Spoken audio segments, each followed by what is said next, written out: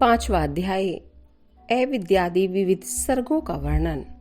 श्री मैत्री जी बोले, हे द्विजराज, सर्ग के आदि में भगवान ब्रह्मा जी ने पृथ्वी, आकाश और जल आदि में रहने वाले देव, ऋषि, पितृगण, दानव, मनुष्य, तिर्यक और वृक्ष आदि को जिस प्रकार रचा तथा जैसे गुण, स्वभाव और रूप वाले जगत की रचना की, वह सब आप मुझसे कहिए।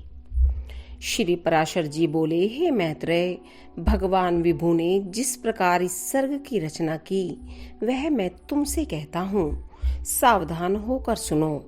सर्ग के आदि में ब्रह्मा जी के पूर्ववत सृष्टि का चिंतन करने पर पहले अबुद्धि पूर्वक अर्थात पहले पहल असावधानी हो जाने से तमोगुणी सृष्टि का आविर्भाव हुआ।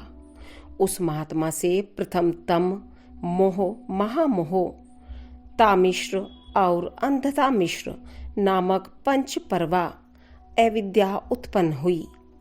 उसके ध्यान करने पर ज्ञान शून्य बाहर भीतर से तमोमय और जड़ नगादि, वृक्ष, गुल्म, लता, विरुद्ध, तृण रूप 5 प्रकार का सर्ग हुआ।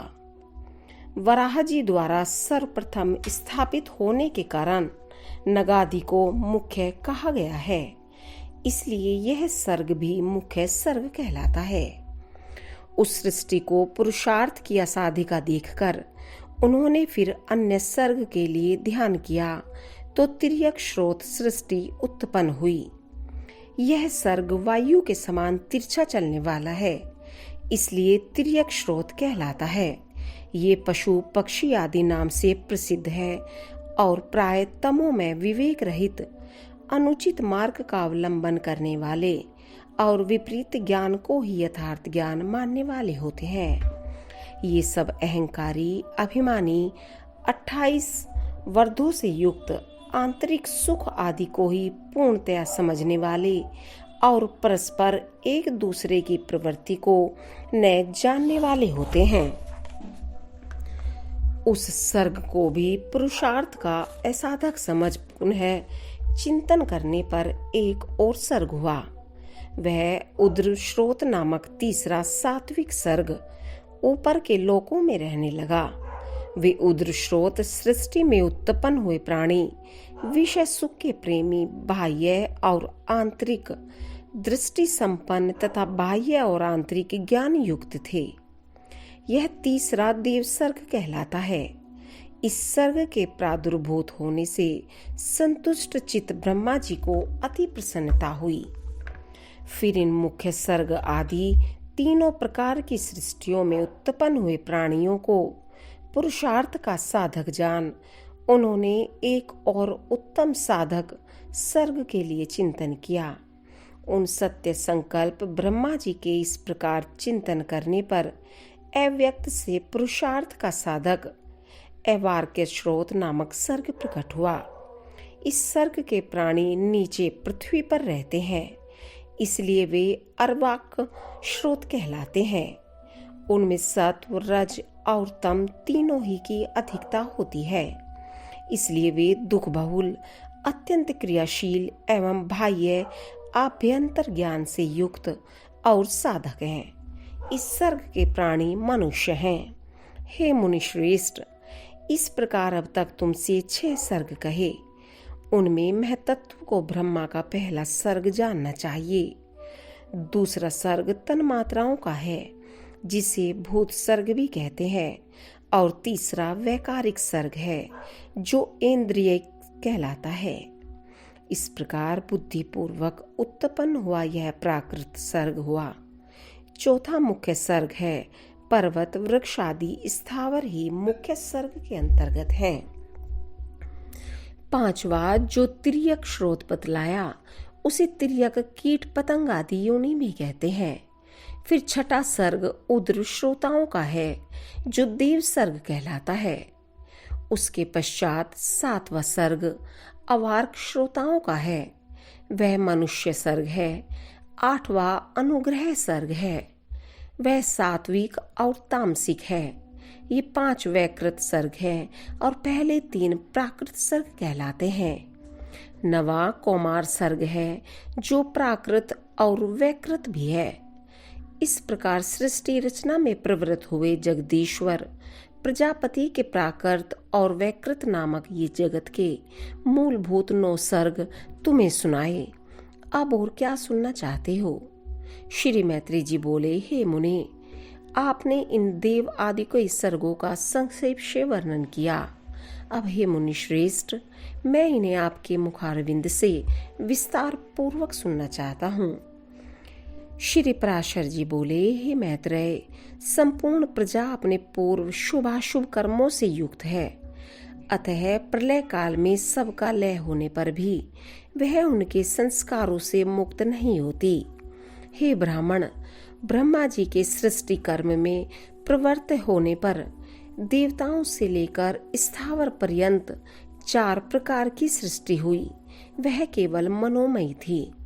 फिर देवता, असुर, पितृगण और मनुष्य, इन चारों की तथा जल की सृष्टि करने की इच्छा से उन्होंने अपने शरीर का उपयोग किया। सृष्टि रचना की कामना से प्रजापति के युक्त चित्त होने पर तमोगुण की वृद्धि हुई। अतः सबसे पहले उनकी जंघा से असुर उत्पन्न हुए। तब हे मैत्रेय, उन्होंने उस तमोमय शरीर को छोड़ दिया। वह छोड़ा हुआ तमोमय शरीर ही रात्रि हुआ। फिर अन्य देह में स्थित होने पर सृष्टि की कामना वाले उन प्रजापति को अति प्रसन्नता हुई और हे द्विज, उनके मुख से सत्व प्रधान देवगण उत्पन्न हुए। तदंतर उस शरीर को भी उन्होंने त्याग दिया। वह त्यागा हुआ शरीर ही सत्व स्वरूप दिन हुआ। इसलिए रात्रि में असुर बलवान होते हैं और दिन में देवगणों का बल विशेष होता है। फिर उन्होंने आंशिक सत्व में अन्य शरीर ग्रहण किया और अपने को पितृवत मानते हुए पितृगण की रचना की। पितृगण की रचना कर उन्होंने उस शरीर को भी छोड़ दिया। वह त्यागा हुआ शरीर ही दिन और रात्रि के बीच स्थित संध्या हुई। तत्पश्चात उन्होंने आंशिक रजो में अन्य शरीर धारण किया। हे द्विजश्रेष्ठ, उससे रजह प्रधान मनुष्य उत्पन्न हुए। फिर शीघ्र ही प्रजापति ने उस शरीर को भी त्याग दिया। वही ज्योत्सना हुई जिसे पूर्व संध्या अर्थात प्रातः काल कहते हैं। इसलिए है मैत्रेय, प्रातः काल होने पर मनुष्य और सायकाल के समय पितर बलवान होते हैं। इस प्रकार रात्रि, दिन, प्रातः काल और सायकाल ये चारों प्रभु ब्रह्मा जी के ही शरीर हैं और तीनों गुणों के आश्रय हैं। फिर ब्रह्मा जी ने एक और रजो मात्रात्मक शरीर धारण किया। उसके द्वारा ब्रह्मा जी से एक क्षुधा उत्पन्न हुई और क्षुधा से काम की उत्पत्ति हुई। तब भगवान प्रजापति ने अंधकार में स्थित होकर क्षुधाग्रस्त सृष्टि की रचना की। उसमें बड़े कुरूप और दाढ़ी मूंछ वाले व्यक्ति उत्पन्न हुए। वे स्वयं ब्रह्मा जी की ओर ही उन्हें भक्षण करने के लिए दौड़े। उनमें से जिन्होंने यह कहा कि ऐसा मत करो, इनकी रक्षा करो, वे राक्षस कहलाए, और जिन्होंने कहा हम खाएंगे, वे खाने की वासना होने से यक्ष कहे गए। उनकी इस अनिष्ट प्रवृत्ति को देखकर ब्रह्मा जी के केश सिर से गिर गए और पुनः उनके मस्तक पर आरूढ़ हुए। इस प्रकार ऊपर चढ़ने के कारण वे सर्प कहलाए और नीचे गिरने के कारण अहि कहे गए। तदंतर जगत रचयिता ब्रह्मा जी ने क्रोधित होकर क्रोधयुक्त प्राणियों की रचना की। वे कपिश, कालापन किए हुए पीले वर्ण के अति उग्र स्वभाव वाले तथा मांसाहारी हुए। फिर गान करते समय उनके शरीर से तुरंत ही गंधर्व उत्पन्न हुए। हे द्विज, वे वाणी का उच्चारण करते अर्थात बोलते हुए उत्पन्न हुए थे, इसलिए गंधर्व कहलाए।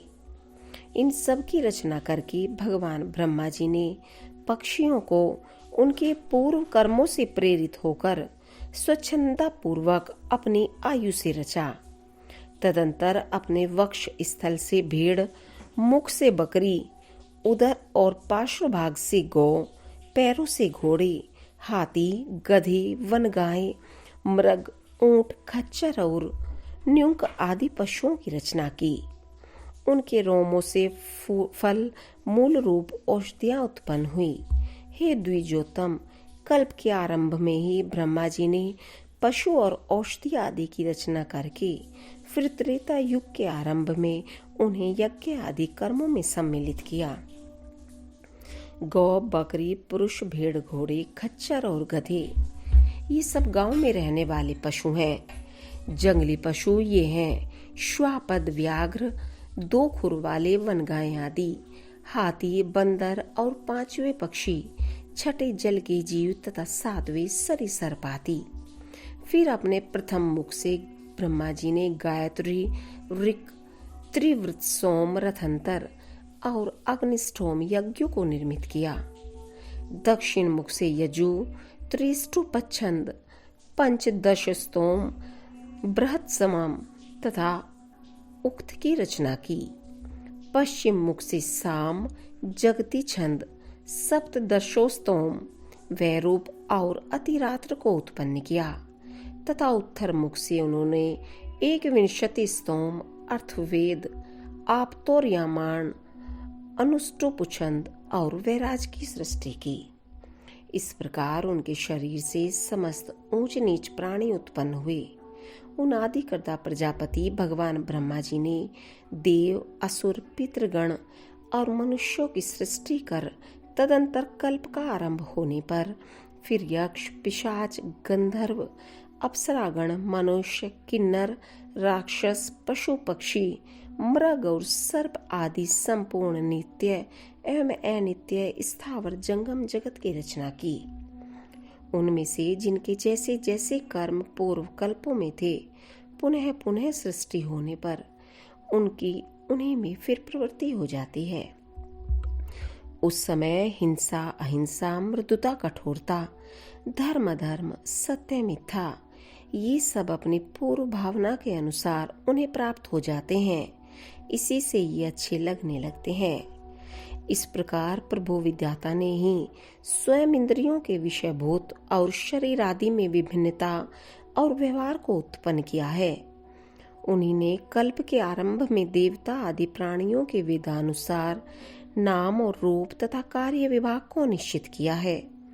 ऋषियों तथा अन्य प्राणियों के भी वेदानुकूल नाम और यथा योग्य कर्मों को उन्होंने निर्दिष्ट किया है। जिस प्रकार भिन्न भिन्न ऋतुओं के पुनः पुनः आने पर उनके चिन्ह और नाम रूप आदि पूर्ववत रहते हैं, उसी प्रकार युग आदि में भी उनके पूर्व भाव ही देखे जाते हैं।